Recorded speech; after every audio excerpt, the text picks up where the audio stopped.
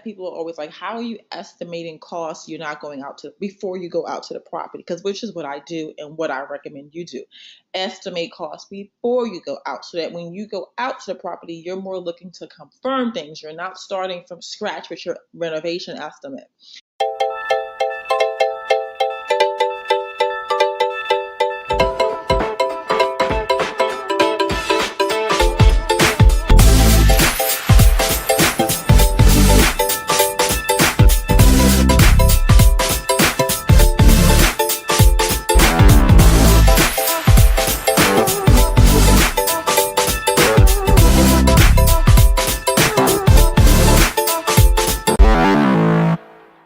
And so a lot of that is that, one, we have historical data, right, on what renovations have cost. So over time, over years of rehabbers, rehabbing houses, doing kitchens, doing bathrooms over, because the thing is, rehabbers that are doing a lot of renovations are they're using, the same general contractor teams, they're using the same supplier and things like that. So the cost of things are going to be consistent, and what starts to change is actually the square footage of different houses. So that's how over time you can start just estimating, like literally, when I started out too as a wholesale, that's what I would do. I would meet with rehabbers, go through a house. If they told me, hey, this was $80,000, then I would know, oh, okay, about this square footage. So that's how you can save time by knowing these things. So you could search through past listings and see so much stuff before you even leave your house. So, and I find with these estimates that you do, I usually end up still around 10K with an average. So it does save me a lot of time. I'm not driving out all the way to every single property before I start doing estimates. So, and of course, that's the other thing I just want to note, that I'm in no way, shape, or form saying that you should be buying property that you haven't actually gone out to visit. So the focus is that we're trying to do as much work before we go out to the property. We're not trying to buy property and we've never seen it. It just helps you to prioritize, like I say, if this is even going to be a good lead, because you don't want to go out to every single person that calls you, because some of them, when you do the analysis up front, you're going to find out that it doesn't work to be a good lead. So there's no sense running all over town if it's not going to be, it's not going to be a good lead or a good deal for you. Okay, so some of my assumptions, like I'm here in Northern Virginia, and so we're based out of Reston. So I'm usually telling my students the same thing, to try to have your project within your neighborhood or like an hour or so away, because I find that longer than that is, it starts to be really taxing, because remember, you're going to have to go to the property several times. So say like you find a good deal, but it's 3 hours away. You have to factor in every little thing, or that you need to go to that house. You're driving 3 hours to get there, do whatever you need to do, and then 3 hours back home. So try to stay within an hour range from where you live, is where I find that it's just more doable, that doesn't like burn you out, is why I would recommend that. The other thing is home size. The estimates that I'm going to give are based on like 1,000 to like 3,500 square feet. So if you have a house that is much smaller than that, or much larger, like some huge mansion or something, then the actual estimate is going to vary. So this is like just a traditional, just average. It's about like average, like 1,000 to 3,500 square feet. These estimates are pretty good. I want to stress that when you're wholesaling and you're factoring in renovations and it's for a landlord, that we are not looking to do that the landlord is not going to be looking to do a full rehab and then rent the house. Literally, like for rentals, we say just make it, you're just making it so that someone can live there. You're not making it high end so that it's going to be on the market for sale. So you'll see that when I go through the different renovations, that what we spend to renovate a rental and what we spend to renovate a house that's going to be on the market for sale is a different price factor. The other thing is recommended to use a general contractor, because when you hire a general contractor, the general contractor is the person that actually manages all the actual tradespeople. So starting out, when you want to learn renovation costs, you want to call a general contractor and ask them to do an estimate. Otherwise, if you don't call a general contractor to do the estimate, you would have to call each individual trade person, meaning you have to call the painter to ask them how much is it going to be to paint this house. Then you'd have to call the floor people. So, it's just way more work for you to try to contact each individual person as opposed to just contact a general contractor and ask them to come out and do an estimate. How much would the renovation be for this property? So that's just to include that. And then the other thing is there's other things like sometimes they're going to need permits and things like that. So just those types of things. If it's like a typical permit for non-structural renovations, then that is included in this estimate. But if it's like for some type of structural change, then that's not going to be included in this estimate. And then, as I mentioned in our last call, there's always some cost for holding the property, like the loan, utilities, taxes, HOA. That's not included either. And then the other thing is landscape. And when you go out to do renovations, also remember it's not just a house. We also want to do minimal landscaping outside the house. And, we just mean literally like, put a couple shrubs. I have a picture of one I'm going to show you. Just put a couple shrubs just to make the lawn look, decent and welcoming. Okay, so I just have some pictures here of renovations for kitchens. So like this is, what I mean, where, nice countertops, cabinets, lighting, granite countertops. So that's what we mean. Like this is a renovation for a house to sell, right?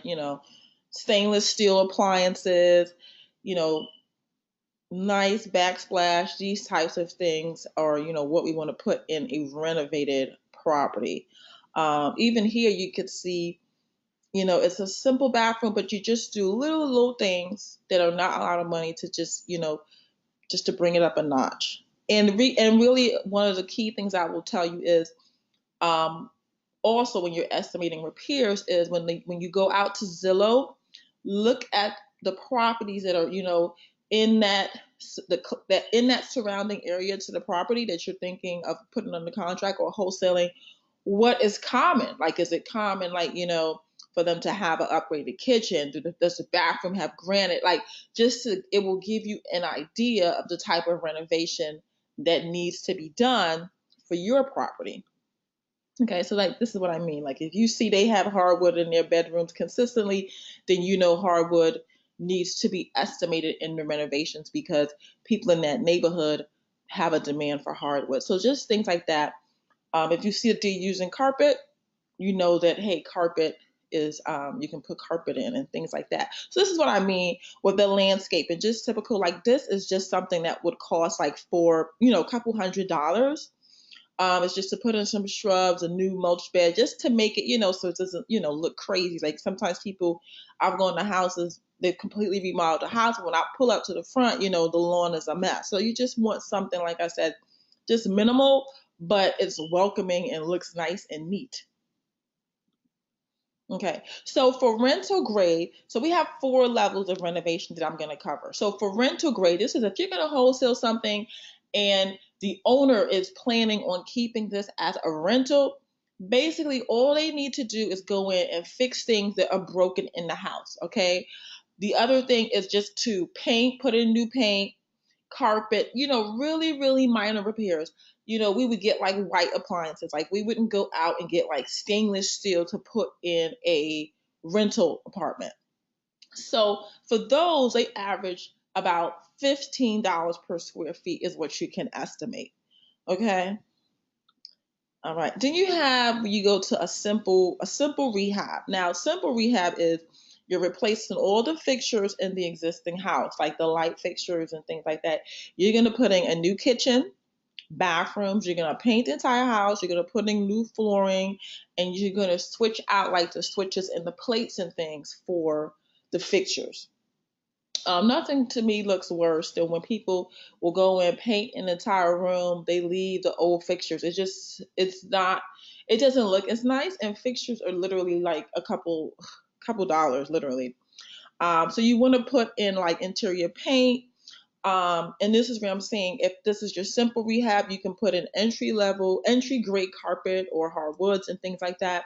Put in granite, but put in your entry level granite, and things like that. And also, one of the downloads that I sent you guys, or several of the downloads you will see, goes through, you get a picture of a renovated kitchen, and then it has all the actual items that are in that kitchen so that you can see and really learn the cost of things, because that will help you as well. You have to just to have a general idea of how much things cost. So that's going to be like $2 per square feet, things like that. And then we'll include like an extra 4K just for something extra if something pops up that needs to be fixed, like a roof or something like that. That's been common nowadays because, crazy as it's been here in Virginia with all the winds and the storms, there's been a lot of roofing, either needing a new roof or fixing some type of repair on the roof, or, maybe the AC unit needs to be replaced, something like that. That usually runs about $30 per square feet. The next one is a basic remodel. So that's going to include everything I just stated from the previous one. But say we go in and we'll do things like replace all the doors in the house. Sometimes the windows are old. You got to replace the windows and the trim.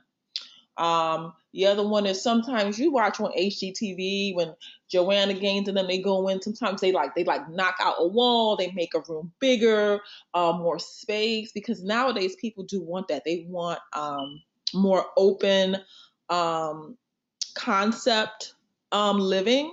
So a lot of times when you go in to renovate old houses, they're like so sectioned off, and people really hate that nowadays, to just have all these closed in, almost claustrophobic feeling rooms. They just they just want to lock, just knock everything out. So that's the level of renovations we would be on with this one. And then you want to also do things like, sometimes there's minor plumbing. You'll see sometimes on these fix it shows where they may have to move a toilet to another area to open up. Like once you start, knocking down things, sometimes now you have to move the plumbing, to put the fridge in a different place and things like that. So that's going to include those type of minor things for moving plumbing, installing electric outlets in different places, just like, the reconfiguration of once you start like knocking down a wall and stuff like that. And then you want to include extra again for, like I said, for roof, HVAC, things like driveways, just other things that can always pop up. And the thing is, this level of remodel, it's adding value by enhancing the existing layout. And this was going to run on average about $44 per square feet. Okay. Now, a major remodel is everything that I covered from the previous remodel, right? Um, you know, Plus the roof, the HVAC, the deck, porches, stuff like that. And this is when you're doing like major plumbing and electric. Like when you start adding things, like you're adding a bathroom to the house, you're adding, they want a kitchen now in their lower level. They want to finish a basement, like, it's like something really, major that wasn't there, things that are, probably going to require permits now because you're adding, stuff. Um, so this is more than just upgrading what is currently there. You're literally, adding some type of significant framing and structural work, and that runs about $58 per square feet. So now, of course, everybody's like, where are we getting all these square feet numbers? One, I've showed you how to pull up a lot of data on Zillow for your property, so you can look on Zillow. Zillow will have it, sometimes your square feet. The other thing, if you don't have, of course, MLS has it. If you don't have access to MLS, the other thing is your tax records for the house. Most counties have the tax records online, so you can use that. When you go to use the tax records, there's going to be different areas on the tax records. They're going to have total building area, and it will have like living area, and then it will have like base square feet. So just want to explain these. If it has total building area, that's the best square feet number for you to use for your estimate for that house. Okay.